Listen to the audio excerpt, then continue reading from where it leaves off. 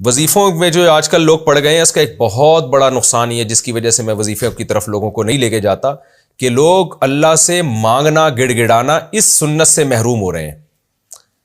ہونا یہ چاہیے کہ جب کوئی مصیبت میں آپ گرفتار ہو گئے، آپ کا کام نہیں بن رہا، تو 2 رکعت پڑھ کے اللہ کے سامنے ہاتھ اٹھائیں، اپنے گناہوں کی توبہ کریں، معافی مانگیں، اللہ سے گڑ گڑائیں۔ اللہ اردو میں بولیں اللہ میرا یہ کام کر دے، پشتو میں بولیں، پنجابی میں بولیں،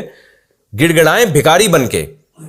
جو وظیفوں میں جو ٹائم آپ لگاؤ گے نا، آدھا آدھا 1 گھنٹہ، وہ ٹائم 10 منٹ دعا مانگنے میں لگا لو، وہ زیادہ اٹریکٹیو ہے، وہ زیادہ مؤثر ہے، یعنی اس میں اثر زیادہ ہوگا۔ اور پیغمبروں کی سنت ہے، یعقوب علیہ السلام نے ساری زندگی دعائیں مانگی ہیں۔ جب یونس علیہ الصلوۃ والسلام مچھلی کے پیٹ میں تھے، تو آپ نے لا الہ الا انت سبحانک انی کنت من الظالمین کا وظیفہ تھوڑی پڑھا تھا، آپ نے تو اللہ سے دعا مانگی تھی کہ اللہ میں ظالم ہوں، تو ہر عیب سے پاک ہے، غلطی میری ہے، تیری غلطی نہیں ہے۔ تو اپنے خطا کا اعتراف کیا، جس پر قرآن کہتا ہے کہ ہم نے ان کو نجات دی۔ تو اسی طرح آپ کو بھی جب کوئی مصیبت پہنچے، اللہ سے مانگنا سیکھیں، گڑ گڑائیں اپنی قومی زبان میں، اپنی مادری زبان میں، جو بھی آپ کی مدر لینگویج ہے اس میں اللہ سے گڑ گڑا کے مانگیں۔ بھکاری وظیفے پڑھ کے نہیں بھیک مانگتا، بھکاری گڑ گڑاتا ہے۔ آپ کو کسی سے قرضہ چاہیے، آپ تھوڑی کوئی لگے بندے الفاظ جا کے پڑھنا شروع کر دو گے، آپ اپنی زبان میں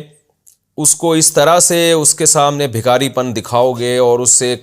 مختلف الفاظ کے ساتھ اس سے آپ کہو گے کہ وہ نہ چاہتے ہوئے بھی بعض دفعہ آپ کو قرضہ دے دیتا ہے، بھیک دے دیتا ہے۔ تو اللہ تعالیٰ بھی چاہتے ہیں کہ میرے بندے میرے سامنے گڑ گڑائیں، تو دعائیں مانگنا ہی ختم کر دیا لوگوں نے۔ جو عبادت کا مغز ہے اس کی جگہ وظیفوں پہ آ گئے ہیں، اور وہ سمجھتے ہیں یہ وظیفہ پڑھیں گے تو کوئی گویا زبردستی اللہ سے کچھ نکال لیں گے ہم۔ تو اس لیے وظیفوں کو زیادہ لفٹ نہ کرائیں، زیادہ لفٹ کرائیں دعاؤں کو۔ اور جو وظیفے اگر پڑھنے بھی ہیں تو جو قرآن و سنت سے ثابت ہیں وہ کافی ہیں، کیونکہ تجربوں کی تو پھر کوئی انتہائی نہیں ہے، فلاں کا یہ تجربہ، فلاں کا یہ تجربہ، ٹھیک ہے تجربہ ہوگا، ہو سکتا ہے وہ اثر بھی ہو گیا اس کا، لیکن آپ بجائے تجربوں کے آپ قرآن و حدیث سے، جو صحیح احادیث سے جو معمولات نبی صلی اللہ علیہ وسلم سے دعائیں ثابت ہیں وہ پڑھ لیں۔ اس کے بعد بھی ٹائم بچ جائے تو پھر آپ تجربوں کی طرف بھی آ جائیں، لیکن اس کے بعد کہاں ٹائم بچے گا، وہ اتنی دعائیں ہیں، وہی ہو جائیں تو کافی ہے۔